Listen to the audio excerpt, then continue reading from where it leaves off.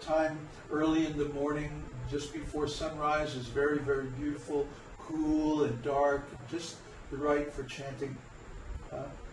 So we have the environment, we have the setting that's required to go deep into devotional service and to actually realize and understand these confidential truths.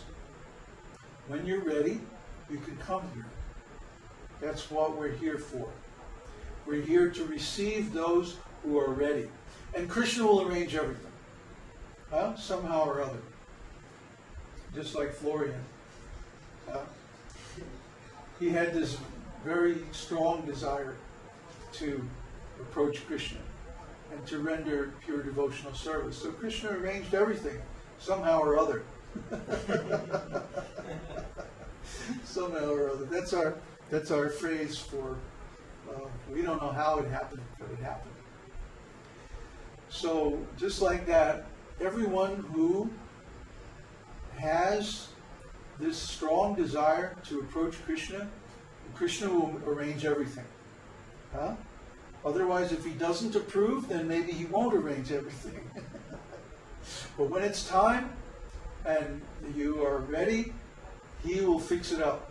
Don't worry. He'll guide his devotees to give you shelter, and he'll provide the material resources and everything.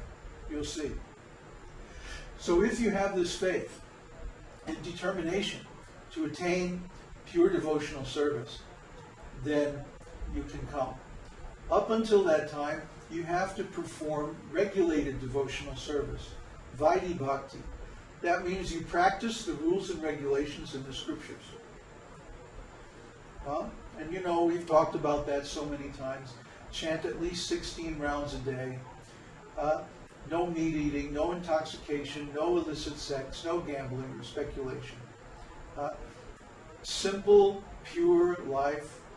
Study the Vedas. Be honest and truthful and sincere. Try to attain the mode of goodness.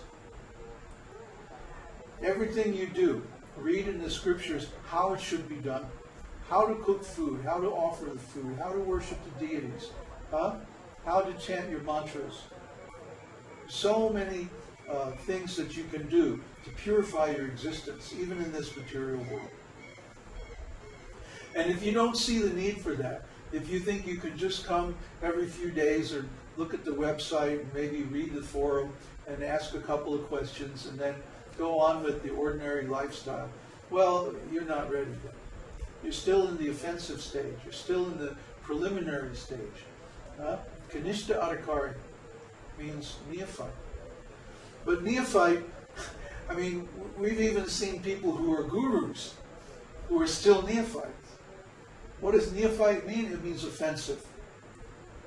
So even if a person is wearing all the right clothes, you know, and perfect tilak, and, you know, has a big temple and thousands of disciples, it's still possible that they're neophyte if they are offensive to the pure devotees. Well, what does that mean? That means, first of all, they don't recognize who is a beginner, who is in the middle, and who is actually self-realized. And maybe because of political considerations or something like that, they don't recognize the self-realized souls. Well, then, they're still neophytes. Because a Madhyama Adhikari, a devotee in the middle stage of devotional service, is honest.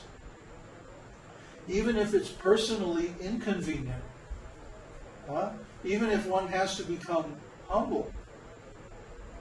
He's honest. He recognizes if someone comes who is self-realized or who is senior to him in realization, he accepts it.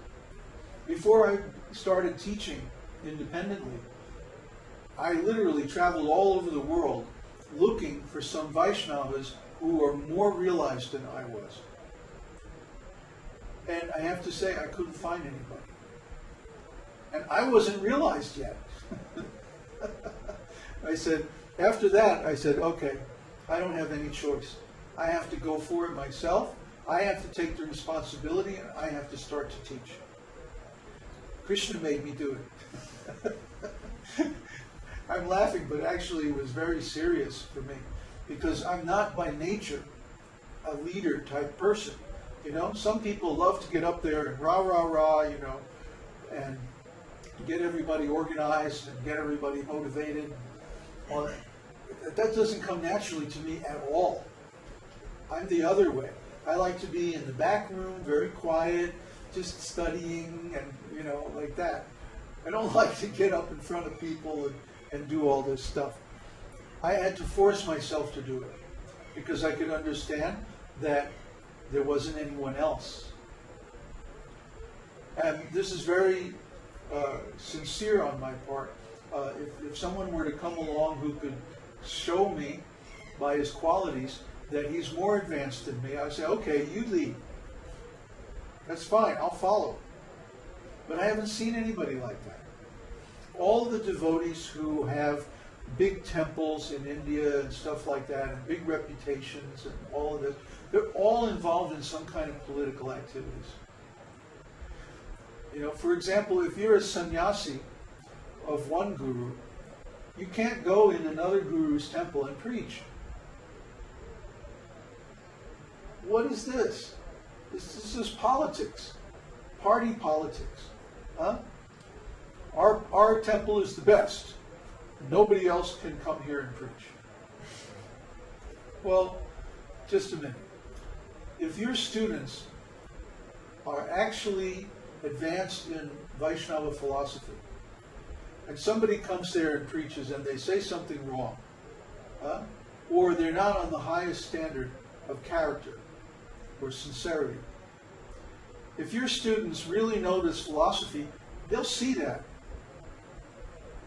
They'll see it very clearly.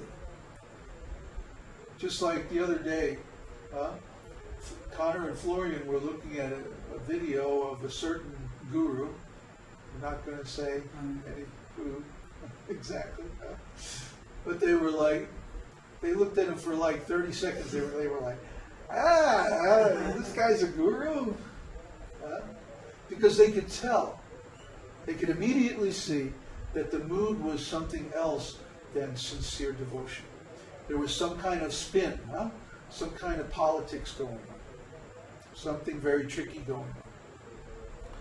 So, if they can tell, why can't the disciples of these other gurus tell if somebody comes who's not qualified?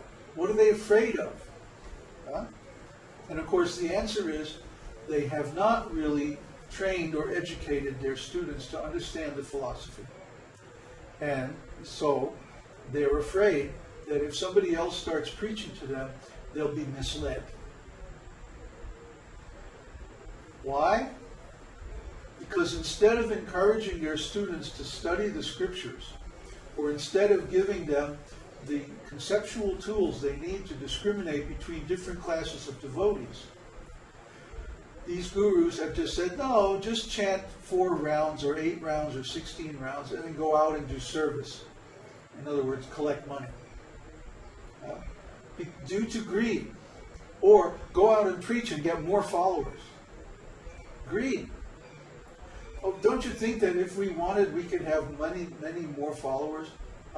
I could be in some big city, have a little storefront temple somewhere, and have people lined up around the block. Don't you think we could do that? Of course we could. But we don't want quantity. We want quality. That's much more pleasing to the Lord. So when people try to come here and they're not ready, we tell them, you're not ready. We don't say, oh yes, just come and give $1,000 donation and fine. Well, you can stay on the outside, we won't even talk to you. That's what they do in these temples. You come into India and you want to get darshan on one of these gurus. Well, you give a nice donation and then the guru will see you. Otherwise, he doesn't have time. And you can't stay in the temple, you have to stay outside. Only the politically correct students can stay inside. This is going on. So, we don't want to be like that.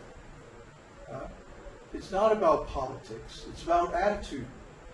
if someone's attitude is pure, if someone is a sincere devotee, and their desire is really to please the Lord, and to develop nice relationships with the devotees. You know, Kṛṣṇa says, one who is my devotee is not really my devotee. One who is the devotee of my devotee. He is my devotee. So we're all here. I'm serving Srila Prabhupada. You know, my aim is to get everybody to read Srila Prabhupada's books. Not just read them, but study them. Really understand them. Think about them. Just like if you read any of our articles on transcendentology, these came from thinking about Prabhupada's books for years together and analyzing them with certain conceptual tools, very advanced semantic